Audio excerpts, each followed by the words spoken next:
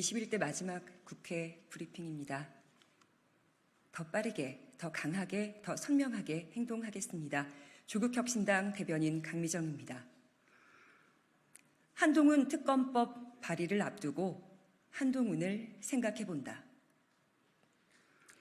국민의힘의 4.10 총선 참패 책임을 지고 사퇴했던 한동훈 전 비상대책위원장이 채 2달을 못 참고 정치를 다시 시작하려나 봅니다.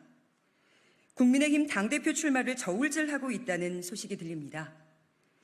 동네 도서관에서 책 좀 본다더니 며칠 전에는 뜬금없이 소셜 서비스의 KC 미인증 제품의 해외 직구 금지, 고령자 조건부 운전면허 문제에 반대 목소리를 내기도 했었습니다. 입이 있으니 말을 할 수 있습니다. 사회 여러 현안에 말을 얹고 싶기도 할 테죠. 그런데 참 얄팍합니다. 정작 중요한 정치 현안에는 입을 꾹 다물거든요. 최혜병 특검법 재의결 문제나 연금개혁 이슈에는 침묵으로 일관합니다. 연금개혁 문제 어렵죠. 압수수색하고 수사해서 범인 잡듯이 해결할 수 있는 문제가 아니니까요. 그런데 한 전 위원장이 좀 알만한 최혜병 특검법에 대해 한마디도 없는 건 왜일까요? 나도 윤석열 정부 비판할 줄 알아요.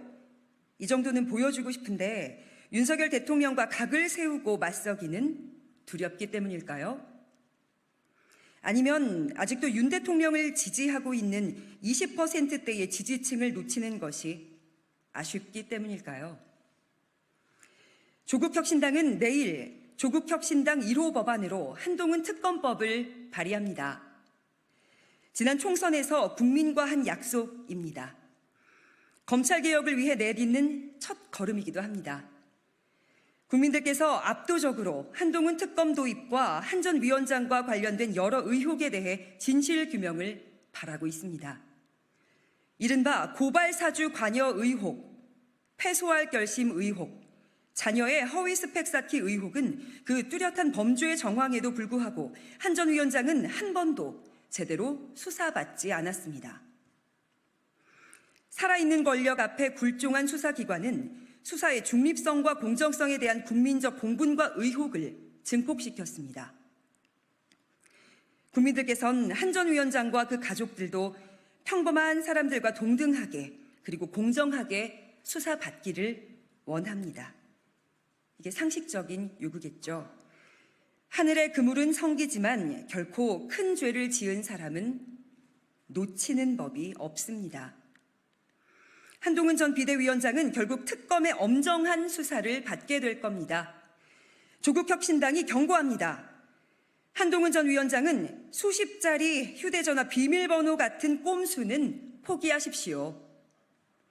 어지러운 언사로 수사당국을 우롱하지도 마십시오. 검사답게 당당하게 수사에 임하길 바랍니다. 여기까지 하겠습니다. 고맙습니다.